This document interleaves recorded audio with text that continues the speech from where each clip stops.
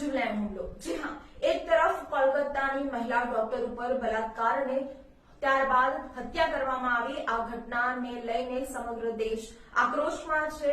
ડોક્ટરો હડતાલ ઉપર છે અને હોસ્પિટલમાં તબીબોની સુરક્ષા માટે કાયદો સુધારો કરવાની તબીબો માંગ કરી રહ્યા છે। આ વચ્ચે અમદાવાદમાં એક ચોંકાવનારી ઘટના સામે આવી છે, જેમાં એક તબીબ ઉપર જીવલેણ હુમલો કરવામાં આવ્યો છે।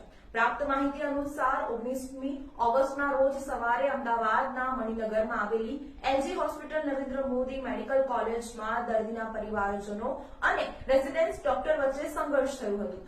દર્દીને તાત્કાલિક સારવાર આપવા બાબતે થયેલી બોલચાલ બાદ દર્દીના પરિવારજનોએ રેસિડેન્ટ ડોક્ટરનું ગળું દબાવી લીધું હતું। હોસ્પિટલના સિક્યોરિટી સ્ટાફ મારામારીની સ્થળ પર પહોંચી ગયા હતા અને ડોક્ટરને બચાવી લીધા હતા। આ ઘટના બાદ રેસિડેન્ટ ડોક્ટરોને પણ ઇમરજન્સી સારવારથી અલગ કરી દેવામાં આવ્યા હતા, જેના કારણે ભારે હોબાળો થયો હતો। સુપ્રિન્ટેન્ડન્ટની સમજાવટ બાદ ફરીથી ડોક્ટરોએ ઓપરેશન શરૂ કર્યું છે।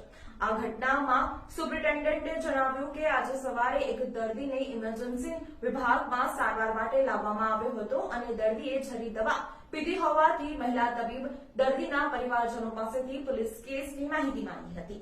ત્યારે અચાનક દર્દીના પરિવારજનો ગુસ્સે થઈ ગયા હતા અને મારામારી શરૂ કરી હતી।